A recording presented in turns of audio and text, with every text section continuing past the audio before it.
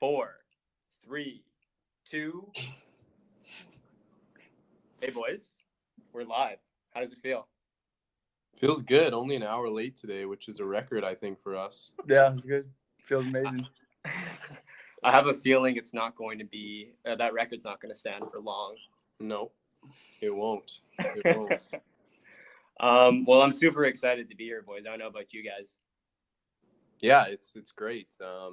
Landon and I are just enjoying my dining room table. It's a beautiful day out. Yeah, it's about 22 degrees, and we're inside, and it feels great. Talking about hockey, what could be better, man? What could be honestly, Felix and I had a cute brunch date this morning. We held hands, and it was great. Nice. Did you share a kiss after, or? No, that wasn't part of the requirements this week. Fair enough. Maybe next time. Nice. Okay. So I thought I'd maybe intro this and why we're here, if that's okay with you boys. Yeah. So Ryan, you and I kind of started like this lackluster blog a couple of years ago. Neither of us really had full-time jobs, and we kind of wanted to do something within sports, and so we thought that we would start this website called Fan Headlines, where we'd write articles about stories that we thought were interesting, that maybe took more of a fan's perspective as opposed to traditional media. That kind of went away after a little bit. We did end up getting full-time jobs, thank God. But thank the Lord. So that the cadence kind of I guess disappeared a little bit on the content side. So the thing is, like, the conversations never really stopped, which is kind of the reason why we wanted to make a podcast and have these conversations, because they were happening anyways. So maybe to introduce myself a little bit, my name's Connor. I work as a hockey data analyst at SportLogic, where we work with NHL teams, work in soccer, we work in all different types of sports, and we kind of use data to tell better stories and help teams win more. I played a little bit of junior hockey. I've got 350 views on my Elite Prospects page. 200 of them are probably me. I guess I would say that I kind of have the hockey side as well as maybe the data analytics side to kind of maybe give like this kind of bridged perspective when it comes to hockey analysis. So that's a little bit about me. Ryan, do you want to introduce yourself? Yeah, for sure. While the platform we started, Fan Headlines, never really amounted to much, I think that it was a decent precursor for what we're doing now. And these things are slow. These things are slow building, and they require a lot of time and effort. So to finally sort of be in this space where we're all in on making this work, and having our past experiences, whether they were good, bad, in between, which I think it was a mixture of, I think we're on the right track now for sure. So thank you, Connor, for introing the show. I just want to point out that Landon is wearing a cowboy hat with the Canadian flag on it, which is, I think, extremely appropriate, because he is a cowboy. He is a cowboy, and he is a Canadian. So killer. It really, demonstrates his identity to our loving audience. Yeah, we have such a large group of fans listening to us. But okay, enough rambling. I'm Ryan. Connor and I went to high school together and university together. That seems so long ago. It was a long time ago. We were roommates for 3 years in a row, so we know each other pretty well. We're happy to be here. And I work at a digital marketing agency as a content coordinator. I love writing, and I love design, and I love sports more than anything. I played sports my whole life, and it's my dream to work in the sports industry one day. So maybe this podcast, Coast to Coast, can be a little introduction into something bigger that's more concrete one day. So I'll pass it on to Landon, who's right next to me. Yeah. Well. Mm-hmm. My name is Landon. I am unemployed. Funemployed. Having fun. Yeah. Having fun is my full-time job. And I've basically just been, following sports for as long as you can remember. Hockey was my first true love there. And then more recently, I really enjoyed watching basketball and just kind of following that basically as close as possible. So yeah, whatever I would say would be purely from a fan perspective, which I don't think there's anything wrong with that. But I mean, I think that's important though, right?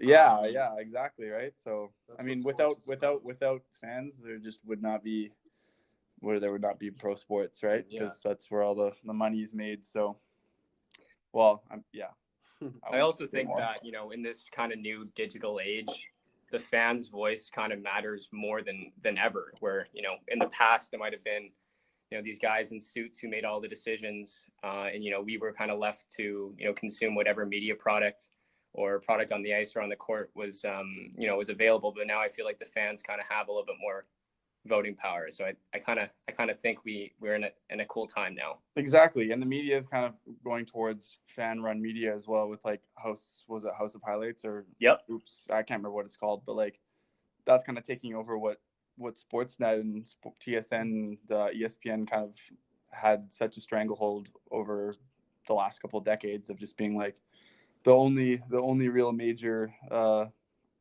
producer of media for sports. Now it's kind of shifting towards social media, which is very fan dominated. So no question. Yeah, it's good to have as many perspectives as possible. Awesome. So Felix, do you wanna give a little bit of an intro of yourself? Yeah, sure. What's up, boys? Hey, bro. Hey, so sorry, just dealing with the PTSD of trying to handle this audio situation here. Anyways, a little background on me. I am unemployed, but I'm also a graduate student, so I got that kind of going. I'm just an avid fan of the game. I love hockey. I grew up watching it. Never really played before. But jokes aside, just a big fan of the game, and I love investing all my emotions into it and getting disappointed year after year. And I've been just kind of talking hockey in general with Connor and other friends and you guys, and it's always brought me a lot of joy, but a lot of other emotions that I like to discuss. And I think it's just fun to kind of shoot the shit, but also have kind of impactful conversations about where the game's headed and things that that can change or are happening. And I'm just here to enjoy the ride and talk about some exciting stuff with you boys. Awesome. All right, so for this week's first segment, let's talk about our first discussion. Sure. And that's I'm going to pass this on to Connor here. Awesome. So boys, do you want to get into the nitty-gritty right away, or do you guys want to kind of maybe talk about some playoffs or any other kind of playoffs, whether it's hockey or basketball? Yeah, I'd like to go maybe make a cup prediction, say what we've thought about the playoffs in a few words, and then we can sort of get into the nitty-gritty stuff. Also, by the way, there's also a game on right now. There's a game on right now. Yeah. Which we may stream in the background, but Len and I are actually looking at Leon Draisaitl's elite prospect page right now. When he was in U16, which I assume is a high school league, Leon Draisaitl had 192 points in 29 games. Yes. What? 97 goals in 29 games, and then in the playoffs had 31 points in 5 games. That's absurd. This was all while playing for Jungadir Mannheim, which is obviously a very well-known team. Yo, Landon, try to pronounce that again. Best can play for that team. What's that? Try to pronounce that again. See if you can get the same pronunciation twice in a row. Yeah, Jungadir Mannheim is how you say it. Yeah, so. Well, what I'll say is, at least for the NHL playoffs, I had my money on the Sharks going through, and obviously with the events of today as we're recording, Schwartzy. Yeah, they're not looking too hot right now. Schwartzy for Conn Smythe, baby.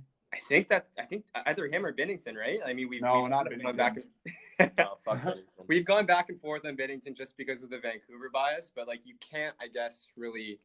At least now, it's kind of hard to really discredit him for I guess the 11 wins he has now. I mean, to be honest, his playoff stats are actually not great. but he's getting wins. So that's obviously the most important thing. But, you know, I don't know. I think his goals against average and his save percentage are not too sexy these days. But he did help them turn their season around when they were the worst 100%, team. 100%. But that's obviously not what the Conn Smythe is about. So I'd probably go Schwartz here. Tuukka Rask is probably. I would pick Tuukka Rask before Binnington, but it all matters about who wins it eventually, right? Yeah, so for sure. I'll try and pull up his playoff stats here. So are we all just saying Boston's going to win the cup in 6 games? Is that pretty much the consensus here, or what do you think? No. Hot take. San Jose's going to force Game 7. Couture is going to win Conn Smythe. Let's go, baby. San Jose is going to beat St. Louis and then force Game 7 against Boston in Boston and win it. That would be nuts. That would be crazy. You say Joe Thornton scores a game-winning goal in overtime, or no? I think he said Couture, but I wouldn't mind it. Joe Thornton wins the cup in Boston and then calls it a career. I think that would be a pretty picture-perfect ending for that guy. That would be awesome. Sail off into the sunset like in Game of Thrones tonight. Yeah. As long as he doesn't score 4 goals in a game. I don't know if any of you guys heard about that, you but imagine? he made a pretty weird promise that his celebration would include what was it, Connor? Just it was whipping his ball sack out and kind of like wrangling around. It has something to do with some roosters. Yeah, his rooster.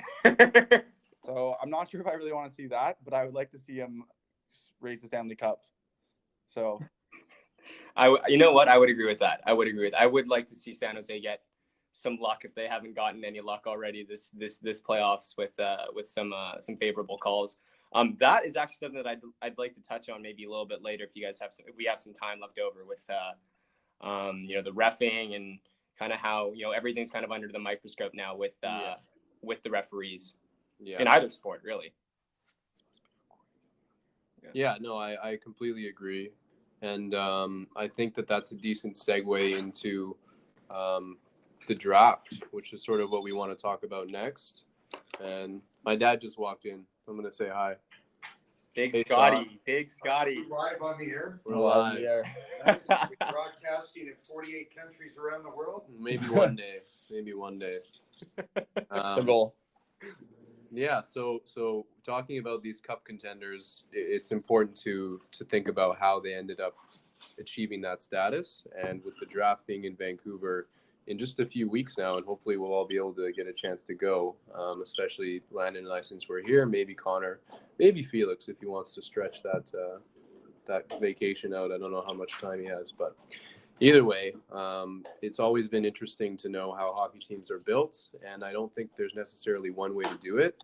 But I think that when we were brainstorming this topic, we just had a lot of really good organic discussions. So let's just try to get some of those recorded down. And I think Connor was pretty passionate, so I'd like for him to sort of kick this off here, and then we can sort of snowball off of his introduction. Sure. So Ryan, like you said, the draft is going to be held in Vancouver. That's, where we are all from. That's where, 2 of us reside currently.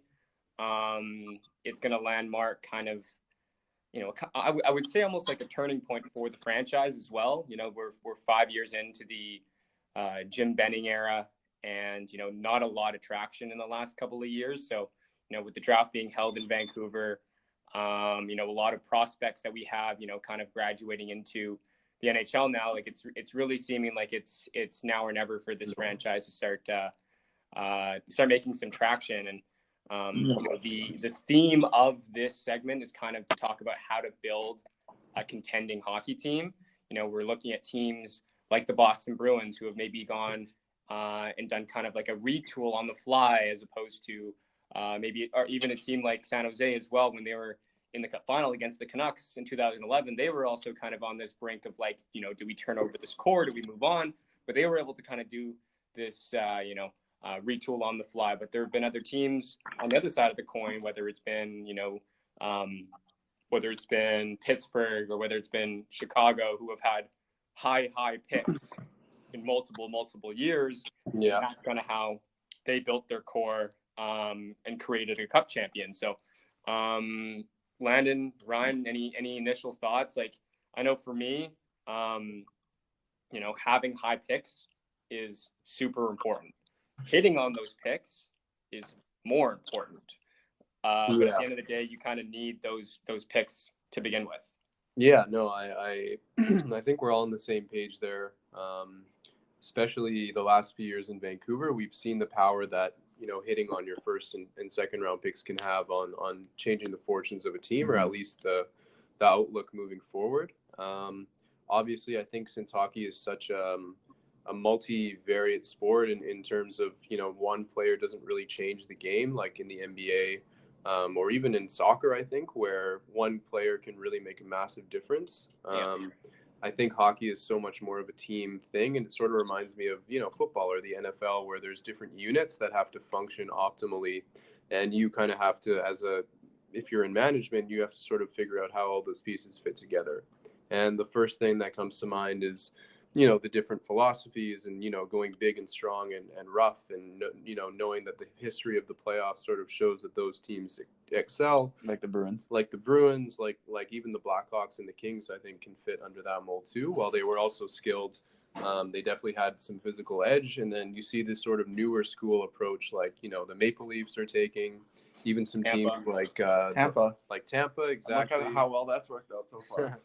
that could be a whole other podcast topic in itself. But I think it's absolutely crucial to, like Connor mentioned, hit on those picks. And I think one thing that I'm a Jim Benning fan, but I think one thing that I agree with Connor on is that he doesn't weaponize our assets and our cap space to acquire more draft picks, because the more picks you have, regardless of the round, regardless of the year, the higher the chance of you selecting someone who's going to be an NHL player on a good team. Mm-hmm. So that kind of segues into what I have to say as well, is that, obviously everyone gives credit for the top end talent that you draft when you win the lottery, or you have like the first, a top 10 pick, top 5 pick, but it's more or less like the second, third round guys that's like more or less like how you truly, build a team. It's not as much just hitting the home runs with the first overall pick or the fifth overall pick, right? It's,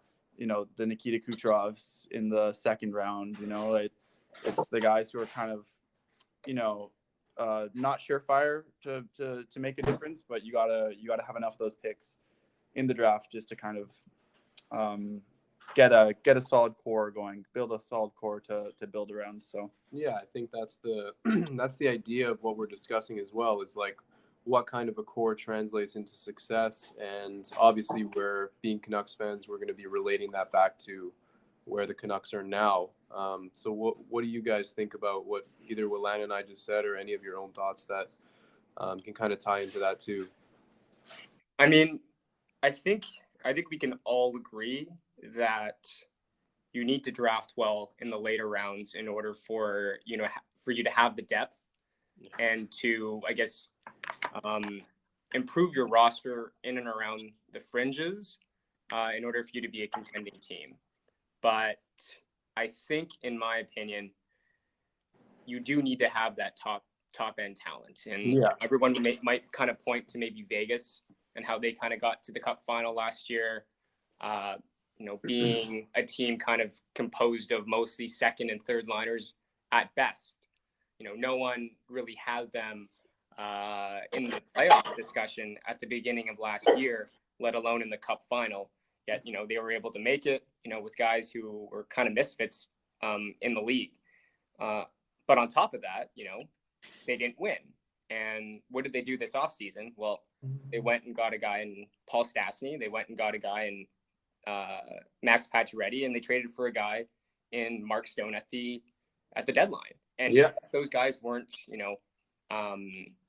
top 5 picks, but you could argue that, they added a first line 1 year later, and they didn't make it out of the first round. Right.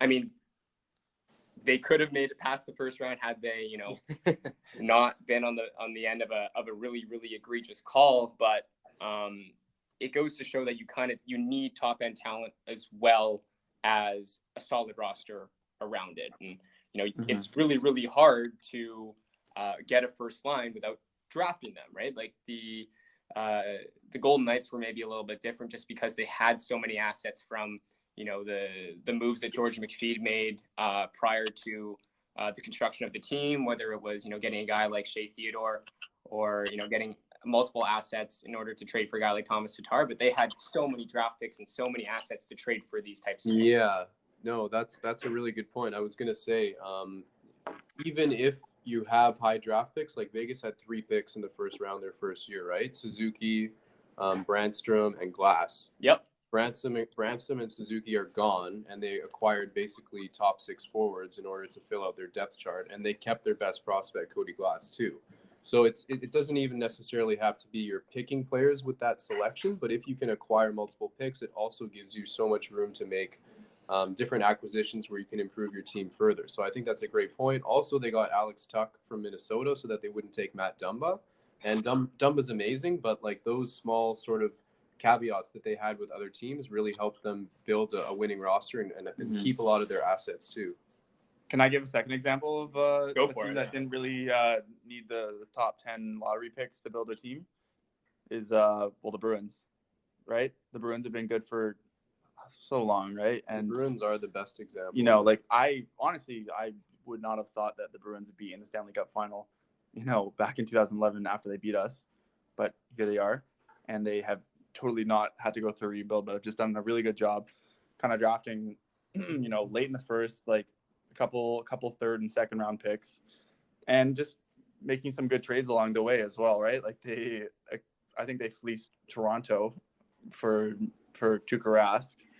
What was it, Ottawa for Zdeno, and never really had to fully rebuild or even tank for one season in the last 10 years, which has just been extremely impressive. They got Coyle from Minnesota as well, I think, for Donato, if I'm not mistaken. Yeah. Who's a good player, but they're trying to win the cup now, so Exactly. It's all about matching up timelines. And Torrey Krug was a free agent, and he's arguably a top 5 offensive defenseman in the league, and was undrafted.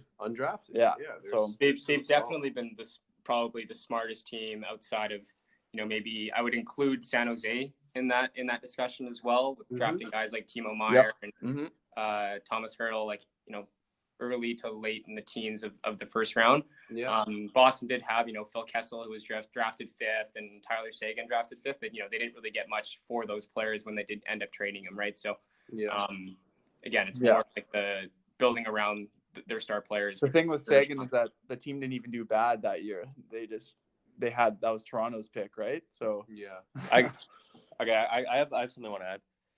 All right, so like with what all you guys just said, and I agree with it. I think Boston and San Jose are great examples. So what do you think then is Toronto's issue? Because they have like 2 first lines in a way, right? They have Marner, Matthews, Nylander, Tavares, Kadri. They're stacked.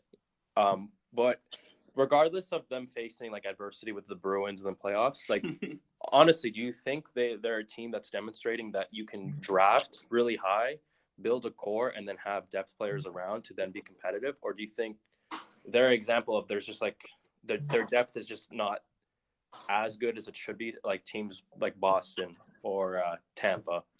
Well, I think I think that's something to kind of know, because you can argue that they're kind of doing that formula, and it's they're pretty stacked on paper, but then again their results don't show for it.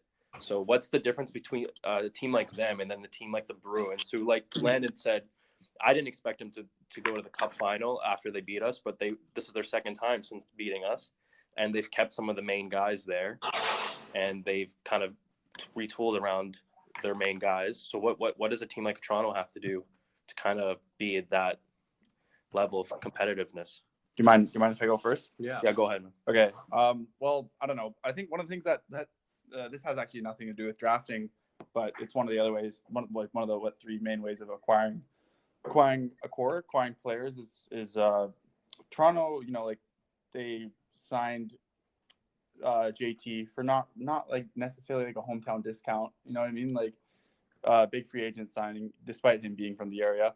Willie Nylander didn't really take any sort of discount either. Like, not that he was a free agent, but Boston has done a good job with re-signing and signing guys that they've drafted or traded earlier and then re-sign them for a pretty good deal. Like Marchand, Pasternak, Bergeron are like $6 million, and those guys on the open market free agency could go for like 10 plus, north, right? Like $10+ million.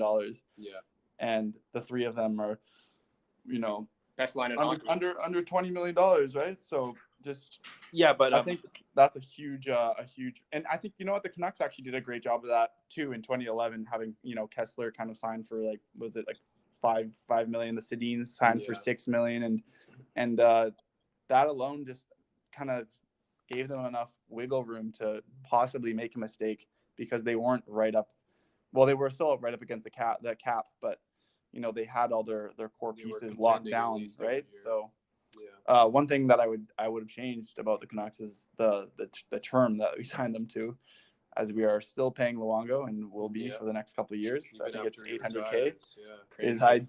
That was a little bit of a risk, but it almost paid off. But I think that's one of the reasons that a lot of people kind of just forget about, is just you got to get your guys to sign somewhat of a hometown discount. But is it a hometown discount when they signed those contracts? It was kind of it was a few years ago, right? So we weren't seeing these massive contracts that we're seeing now. So it's kind of relative to the time they signed them. No, like Pasternak is like an example where they really nailed it there. But guys like Marchand and Bergeron, we're talking years ago now when they signed those deals. And I think Bergeron has been good for long enough though to be able to command a lot. Marchand has been more recent, you're right, but Bergeron has basically been their number one center for a decade almost. So I think an example with a team that has team-friendly contracts, it's going to have team-friendly contracts and can kind of build a depth around their top core, is Colorado. Because if you think about their top line, before, like Radnyn is not signed yet, but he's probably going to get 9 to 10. But I mean, when you got McKinnon, like at 6, what is he, 6.5? Yeah, and then Landeskog's at what, like 5 to 6 or something around that. Like I think they're an example of, like, I think they can be competitive.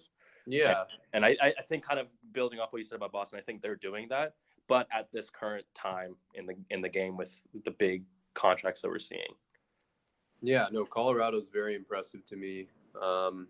Guys like Tyson Jost and Gerard, and I don't know if Kerfoot is still on his ELC, but either way, he's got a pretty low cap hit, and they're getting a lot of production from cheap players. And like you said, their top guys, Rantanen's going to be the highest paid player by a mile. And I think they still have a decent amount of cap space too. I even heard that Joe Sakic was going to be looking for free agency pretty closely to see if they can add to that group. And of course, Cale Makar just signed his entry-level deal as well.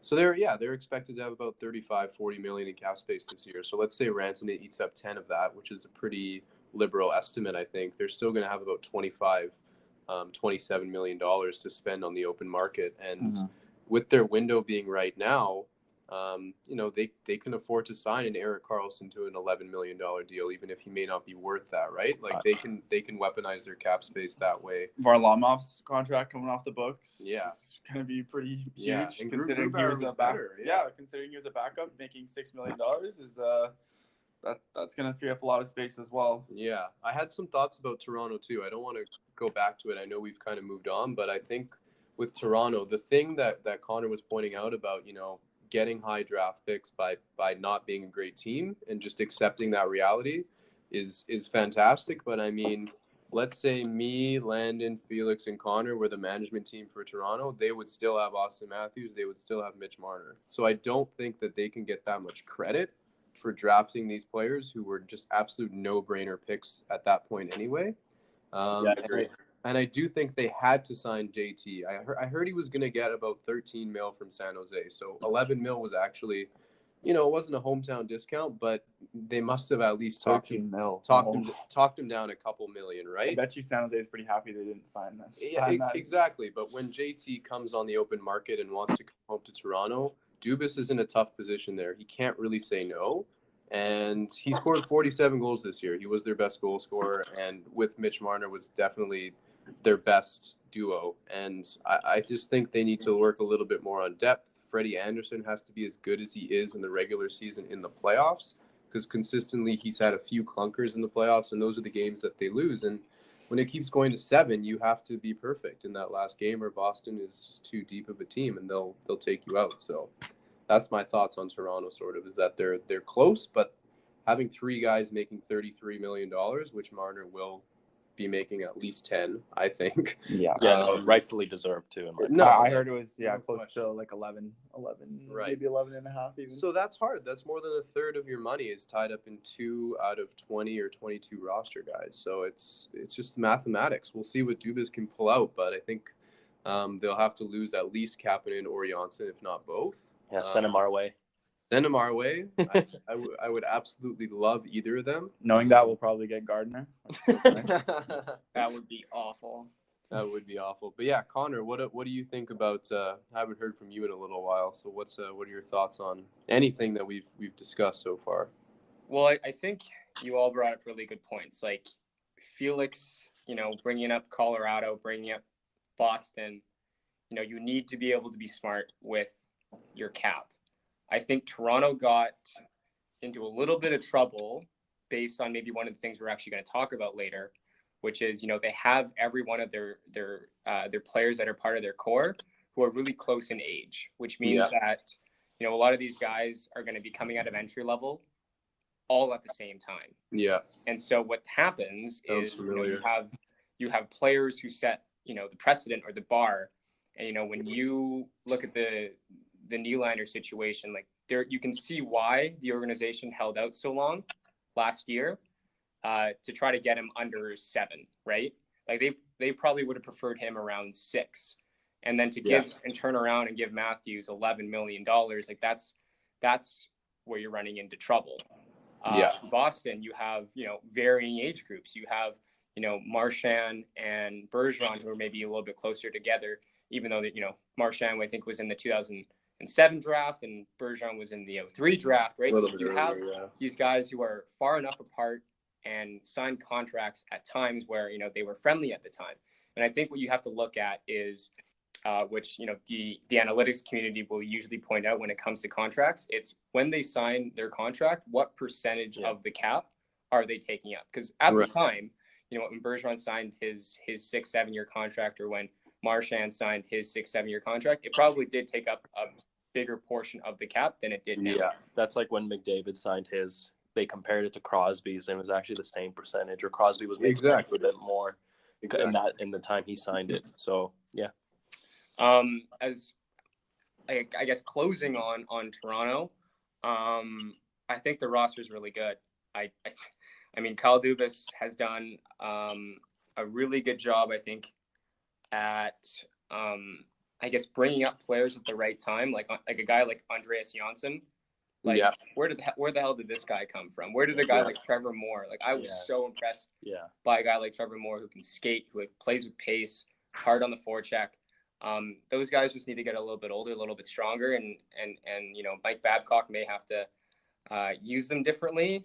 I know that there are reports that they kind of butt heads a little bit when it comes to roster construction, but I think when you have guys on cheap deals like Janssen, who I guess is an RFA now, Trevor Moore, like you can compete regardless. I think they just ran into Boston, who's a cup contending team, and that's just what it is. Yeah, Boston's probably the best team in the league objectively in terms of how deep they are.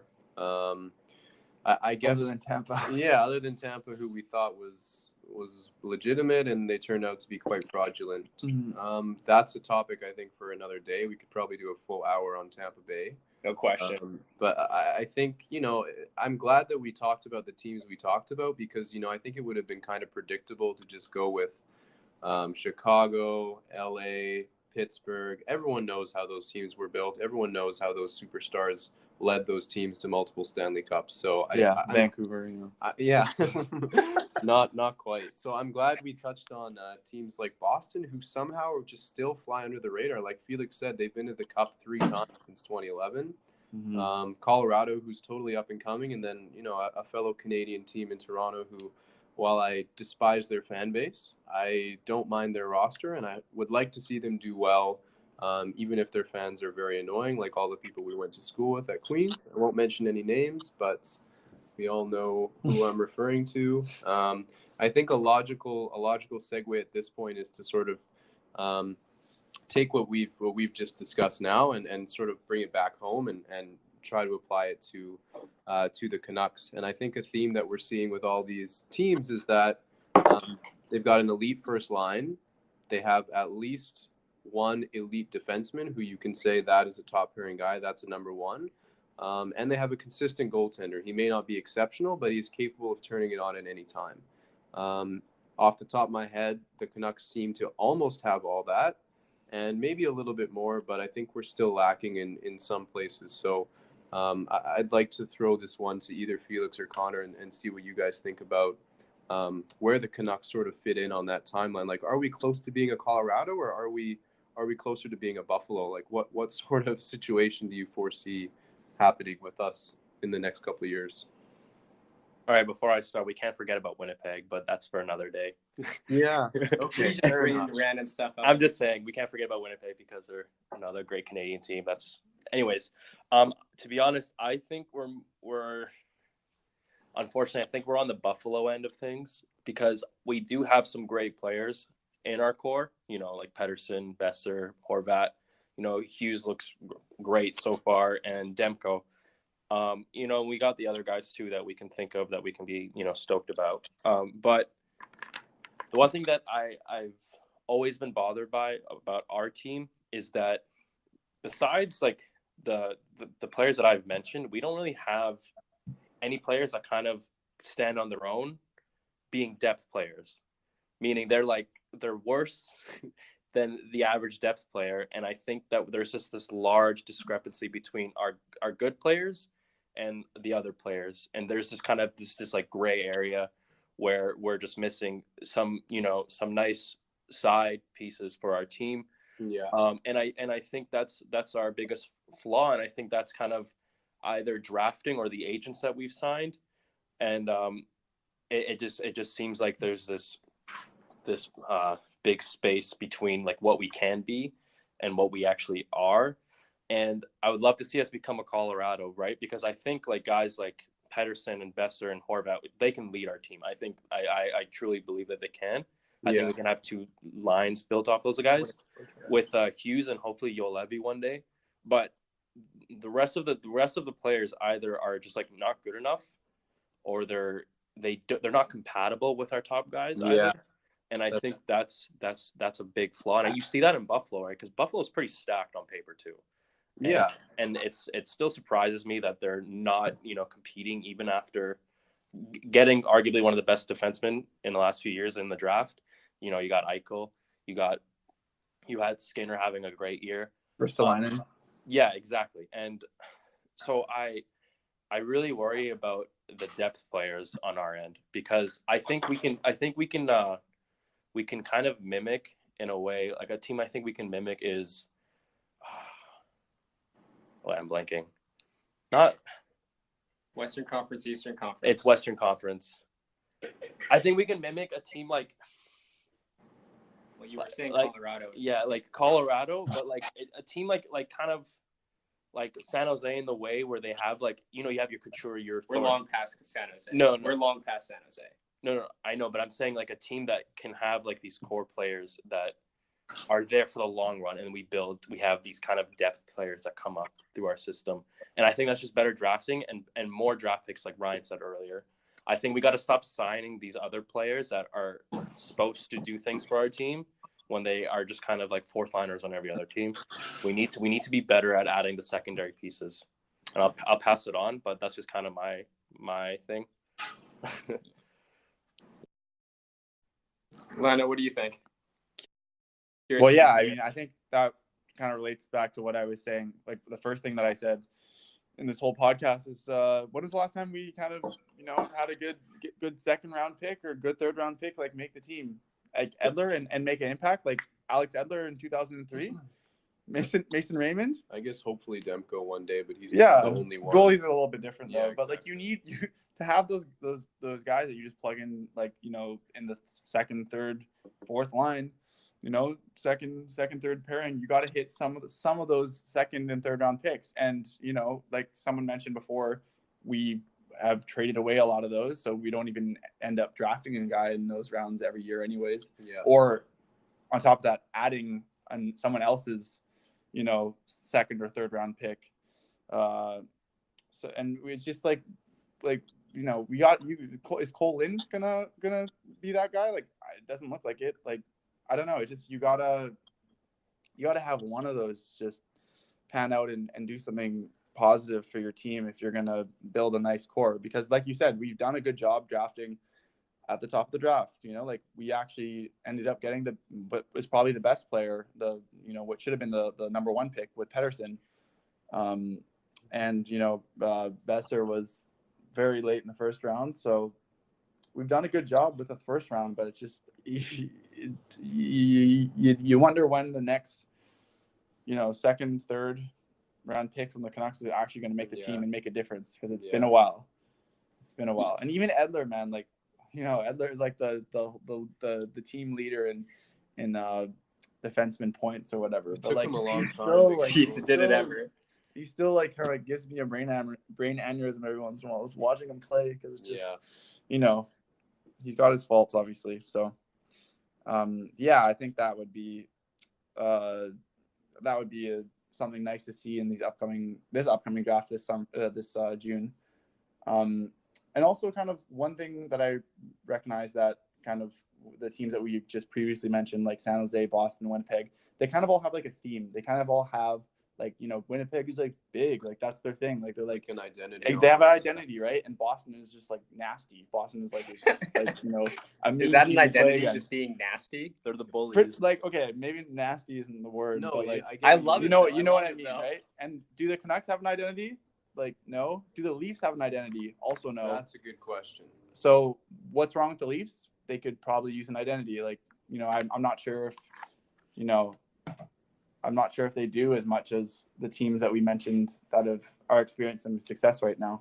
Just on the record, Landon doesn't think the Toronto Maple Leafs have an identity. I think you're going to get some crazy hate mail from our friends. I'd love to hear their response, because they've got a 31-year-old GM who's an analytics wizard, and they've got one of the most old school coaches in the NHL. And despite what the media says about them agreeing about the direction of the team, I think the fact that those are even questions means that their identity is not solid enough. You don't hear that about Winnipeg's GM and coach. You don't hear that about Colorado, Joe Sakic and their coach, right? Like, it's definitely up in the air, and maybe that's a result of the Toronto media just taking everything out of proportion. But I agree that the Canucks don't have an identity. And one thing I'd like to see us do more is taking on bad contracts while we can. And as weird as that sounds, like, Hughes and Pettersson will still have 2 more years on their ELCs. Why don't we take some money, throw it on our books that come off either next year or the year after, and acquire a 3rd-round pick in the process, acquire a 2nd-round pick in the process? Like, you need to use that cap space, even if it's not going to be a product on the ice. And I also think that when we consider teams like Colorado, like, yes, McKinnon is only 22 or 23 years old, but he's been in the league for 6 years.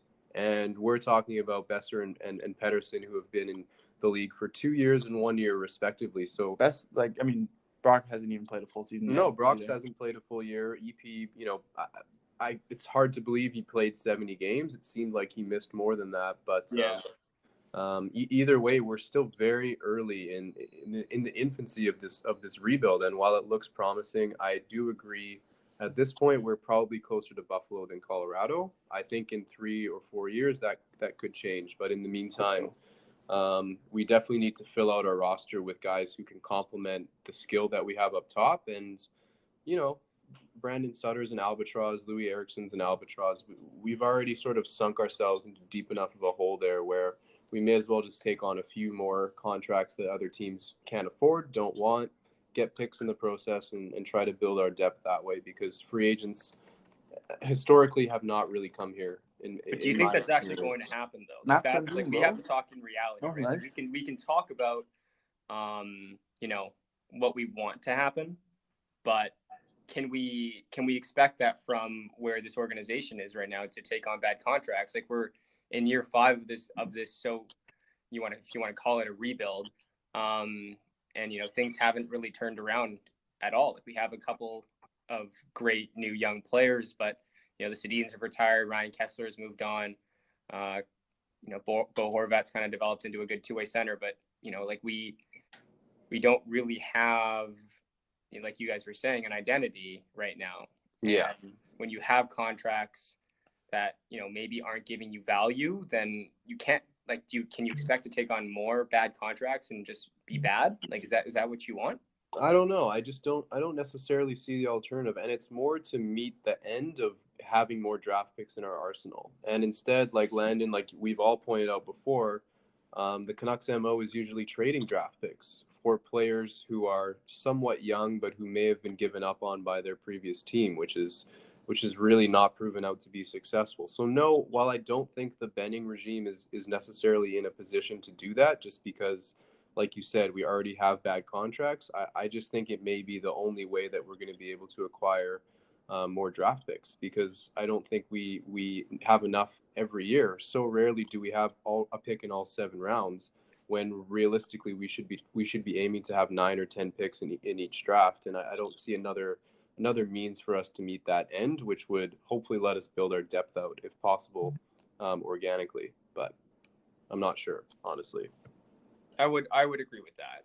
And I think you can kind of sum up at least this organization right now. And obviously we're all from Vancouver, so we all have followed the team pretty closely over the last few years. And probably the reason why we're on this podcast to begin with is, you know, it's kind of hard to, I guess, know what this team's up to sometimes, because, you know, that first year Benning took over, you know, they made the playoffs. And, you know, it's one of those things where we've said it before, and, you know, you can't be half pregnant, right? It's you can't be trying to rebuild, but also trying to make the playoffs at the same time, or else you're going to run into issues that, you know, that we've discussed. And trading away draft picks, and Landon mentioned how we, you know, haven't hit on a good second rounder since Edler. Well, like you said, like, we traded away those picks. I can't say the Canucks traded away those picks for guys like in the Gabranson deal, or for Sven Berchi. Granlund, I think. And Granlund was for Shinkarik. But you know, it's one of those things where, you know, I sent you guys a tweet about how the Canucks have dropped the most in terms of draft positions in the last 4 years cumulative, right? Like, they're at 7 draft spots that they've lost over the last 4 years. Like, that sucks. And, you know, luck sometimes isn't on your side, but what you can control is hitting at the draft table. And it's not something that, you know, they've done historically or the last couple of years. It's tough, because you know, that's why. And again, not to circle back and beat a dead horse, to talk about, you know, Boston or San Jose, 2 teams that I've really, really come to appreciate their management. Is like, you know, they've surrounded their core guys with a guy like, obviously you look at 2015, they had 3 first-round picks and could have had, you know, Barzal and Connor and Besser, but, you know, a guy like Jake DeBrusk is a really good player. They got a guy like McAvoy who slots in right on that top 4. Like, you know, it's you need these guys to come in and to be able to be players right away for your team to keep inching forward. It's all about inching forward, right? You can't just, if you take a step back, it's because, you know, guys aren't progressing or something like that. All these teams are adding every year. There's that's a good point. I don't know if you guys remember. I saw it online, probably on Reddit and Twitter, and I don't have the exact number because I can't seem to find it. But there was this article or this image that compared the draft picks that the Rangers have just acquired over the course of just recently, stating that they're in a rebuild, when they kind of just went full throttle with it. And then you saw how many draft picks they acquired in that process. Absurd compared to, and they compared it to us, unfortunately. And they said, like, the Canucks have been rebuilding, like, you know, in air quotations, for the last 4 years, and the amount of draft picks that we had compared to them was like abysmal. the New York Rangers said they were rebuilding, and then instantly they had so many draft picks in the next couple of seasons, and then we barely had anything in the later rounds compared. If I remember correctly, I'll find it and I'll send it to you guys. And it was kind of a frightening scene, to be honest. Well, just on an aside, it's the idea of tanking, and we watched the NBA lottery a couple of days ago, and how all these teams fell out of the top 5. Do you guys think that there's just an aside? Do you guys think that there's a problem with tanking in the NHL? Or a problem in terms of teams are still trying to tank on purpose? Like, do you think that the worst team should get the first pick every year, like in the NFL, or what do you mean? Is there a problem? I mean, okay. So again, to kind of tie it back to, Vancouver, and maybe to foil it with Felix's example. So he pulled up the stat. It's actually the New York Rangers have 20 picks over the next 2 drafts. That's nuts. That's amazing. I don't think Jim Benning has actually picked 20 players since he's been here. That's obviously hyperbole, but that's besides the point. So a team that is actively looking to rebuild, a team that got in front of their fans, penned a letter to their faithful, and said, "Hey, we're going to go through a rebuild. We're going to trade all of our players." That's tanking. That's essentially tanking. That's telling your player, that's telling your team, you don't want to win games. You want to get rid of players who are on expiring contracts and get assets. Yeah. Right? Yeah. And so you have this foil, which is the Canucks, which is, they have, like, every single year, whether it was Trevor Linden at the helm, or now it's just Jim Benning. They've tried to make the playoffs every single year, and you know what? You can't fault them for that. Like, we all played sports to a certain level. No one likes to lose, right? Everyone wants to win, but they genuinely finished at the bottom of the league for the last 4 years. Yeah. And they have nothing to show for it. They don't have one top 4 pick to show for it. And then you have teams that actively tank that, they're going to get Jack Hughes or Capo Caco this year. Yes. It's one of those things where, you have teams that are actively tanking who maybe get rewarded, but then you have teams who, genuinely are bad, but still don't get rewarded. Like, it's again, like, the system of the draft lottery seems to be, a little bit broken. And I'll get, again, we'll post this graph. I'll give credit to this guy, Rocky West Van on Twitter.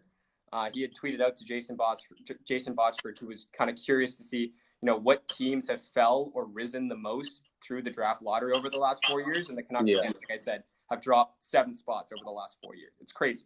Yeah, no, that is crazy. And I think that it's very difficult to control a lottery system. And it does seem like the Canucks are disproportionately on the short end of the stick for that one. But I mean, I do think we can take some solace in the fact that while Benning hasn't accumulated, an arsenal of draft picks, the times that we have fallen, especially in 2017 and 2018, like, would we be better off now had we gotten the 2nd pick in 2017 and then we'd have Nolan Patrick, or the 5th pick in 2018 and we'd have Philip Zadina, who will be a very good player. But I think we've turned lemon into lemonade as best as we can, especially in the last 2 seasons, which has, if we think Quinn Hughes is a number 1 defenseman, that's one of the keys that most analysts point out to being part of building a contender. And if EP is a first line forward, I don't know if he's ever going to be an elite faceoff taker, but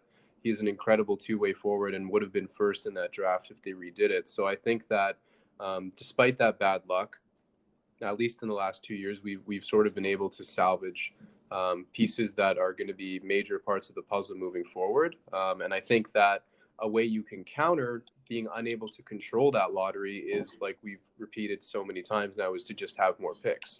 Because as you have, the lottery only affects the first round, right? It only affects the first 14 picks. So after that, where you finish is going to be where you're going to draft, which means when you're trading with the team, the position, hopefully, if it's after the season, where they're going to finish, where that pick is going to be, or generally what kind of a team they are and what position of the third, second, fourth round you're going to be picking in. And you also have all of your own picks if you can. And if the Canucks, having a high second round pick is like having a second first round pick in a way. So we have to stop trading them and we have to acquire more, I think. There's no other way to be bad. And, we're so influenced by the ownership of the Aquilinis, who are incredibly inexperienced and don't know anything about hockey, but want us to make the playoffs and want to sell $150 tickets to rich people who work in corporate offices in Vancouver. Like, there's a culture problem here. And this is a whole other discussion, right? Yeah. I'm ranting now, but this is why I'm on Team Benning for at least another year, especially if we do sneak into the playoffs next year. I'd love to see him get an extension, but I have a lot of people who want to fire him now. And I think with what he was handed from Gillis at the time and what he's been able to do in terms of taking that bad luck and making it not so bad, actually finding franchise level players like Quinn Hughes, like Besser, like Pedersen, who are the core of our team, that's been enough for me to know that he understands that we have to rebuild through the draft. I just wish that he and his team were more adept at acquiring draft picks to make it a numbers game, just to make it so that we have more picks and a higher chance of getting better depth pieces, etc. I hope that made any sense. I don't know if it did, but yeah, I actually wanted to just kind of really agree with you there. I think that was really spot on. And the reason why I brought up that kind of New York comparison is because I agree to everything what Connor said, how that's kind of actively tanking in a way. And you do have to admire that we have been trying to win. But the reason why I brought that up is because of kind of like where you're headed, Ryan, is that I think if we want to rebuild, we need to commit to it now, and then the results later on will allow us to win. I don't think you can't. But you guys are saying like to start rebuilding now. It's year 5. No, I know. But that's what I'm saying. I was comparing it from years ago. We've been talking about this rebuild for 5 years now. Yeah. And the reason why I brought up New York as a comparison is because like they said they're doing it, they did it. Even regardless if it's tanking or not, and it's kind of shady or whatever, they committed to it. And I agree with Ryan that the Benning kind of, I feel like he had a tug of war going on with what he should do and what ownership wanted. Yes. And I think that is more detrimental to us in the long run. It's exciting to watch our team try to win, but if you're trying to win, if trying to win is going to harm our future, then what's the point? I'd rather us try to win but lose and then keep our draft picks and then develop and make us a competitive team. And I think that we kind of got trapped in this loop of wanting to win but wanting to draft. And I think Benning, I'm Team Benning as well, but I think he's been kind of on a short leash with management and also with fans. And yeah. The reason why I brought up again that New York thing was it was just frightening to see the comparison because of how active New York was, right? And I feel like we might have been in a better position if Benning had free reign to do anything he wanted. And, this is a different discussion, and I'm ranting too because I'm really against our ownership. But just to tie it all together, that's just kind of... Come on, have some diplomacy here. No, I honestly... in the end of the day, before we move on, I think we've just been riddled with bad luck, unfortunately. And decisions at the wrong time and bad luck. That's the end thing with our team. And I think hopefully that's going to change soon. And I do have faith in Benning, Ryan, and I want to give him one more year. But for me, that year doesn't mean making the playoffs. If I see that we're like, I thought this year was really good up until the point when we lost 12 games in a row, and it kind of just we got riddled with injuries and everything. But I was liking the direction we were going, and I think that if we can try to bring up a couple more players and get rid of these dead contracts, these dead weights, I think we can argue that Benning has done what he's intended to do, but delayed at most. Yeah, I think that's on point. Generally, we were expected to be the worst team in the league this year, and we were the 9th worst team in the league, which means we were closer to the 15th best team than we were to the last team. And that, for me, is enough progress. And given that our best players are in their early 20s, and, Brock's going to get paid this year, but generally we have some cheap entry-level guys. I would like to see Benning get extended, although I think if we regress, if we take a step back, I don't know how I'd feel about that. I kind of have to see it play out. But as long as we keep going in the right direction, I think that. Well, how can we control when we draft? We can't. Benning and the team can only draft where Bettman pulls the ping pong balls from and where he says we pick. So, I also think, like you said, Ryan, you mentioned that it's Benning and team. So, I think the last thing I kind of want to talk about, like, did you guys read the Judd Brackett and Patrick Johnson prospect article that was from the province that I sent you guys? Yeah, I read it. I read over it a couple times. I can open it here as well. I think you said it's in the Facebook group, right? So for those who don't know who Judd Brackett is, he's the director of amateur scouting for the Vancouver Canucks. He's kind of been like this guy in the background who Jim Benning really trusts when it comes to drafting and development for the organization, and he's kind of risen the ranks pretty quickly as a guy pretty well renowned around the organization at least. And when you hear him kind of talk, or whether it's this interview, you kind of get a sense of kind of where the identity could be. And obviously, we don't always want to lambast the organization for being where it is.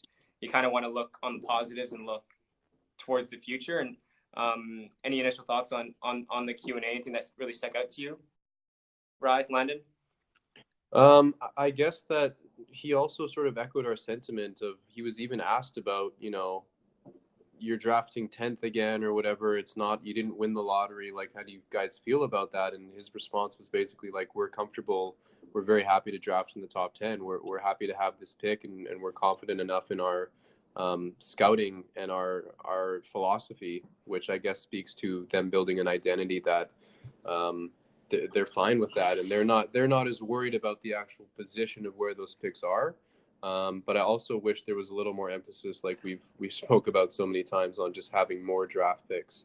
But I do think the 2018 draft was interesting for us. I mean, Jet Wu is going to be a pro next year. Whether that's in Utica, whether that's in the NHL, remains to be seen. Tyler Madden he can go back to he can go back to Moose Jaw next year. Sure. He got traded to Calgary.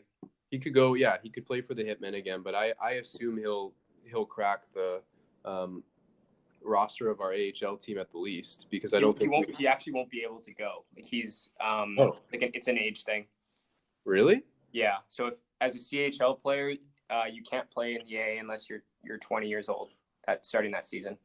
Oh, okay. Well, okay, that throws off my point. And we'll Sorry about that. No, don't be sorry, but we're going to cut this out of the podcast, obviously.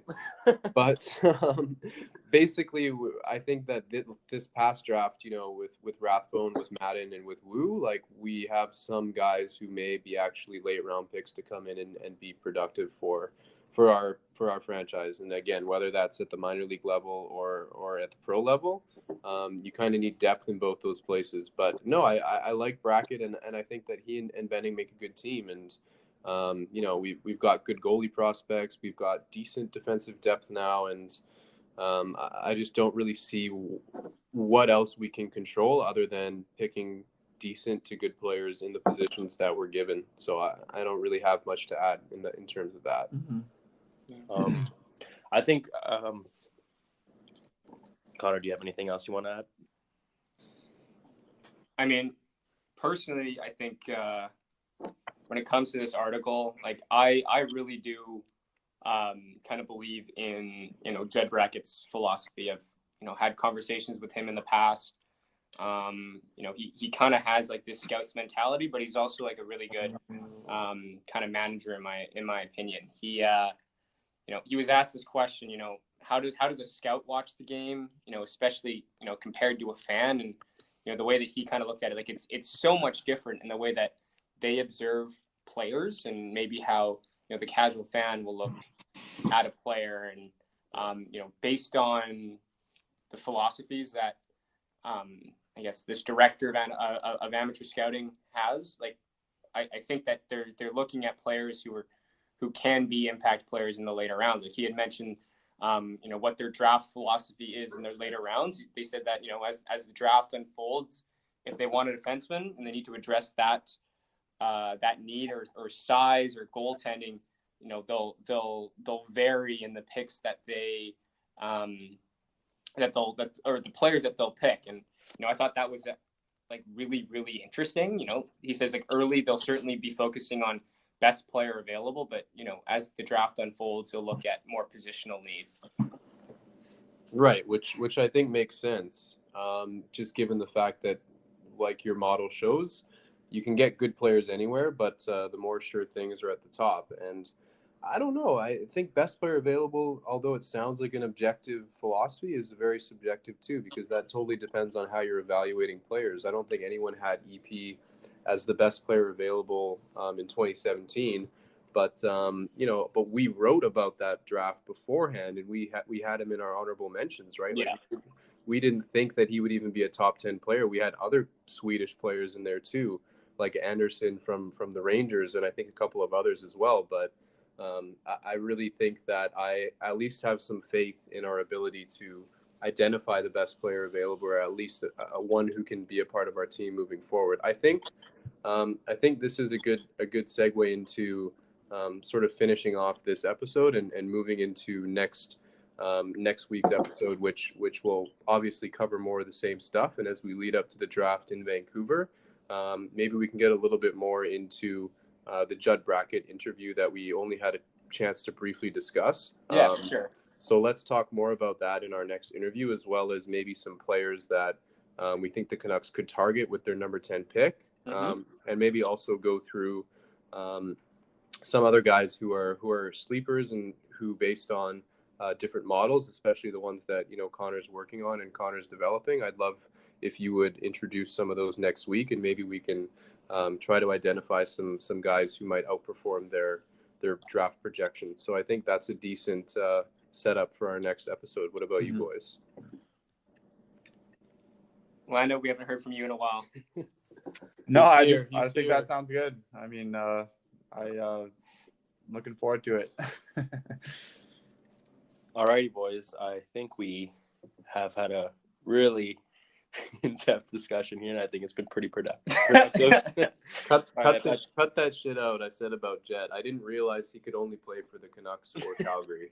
No worries. No, you got to keep it all in there, man.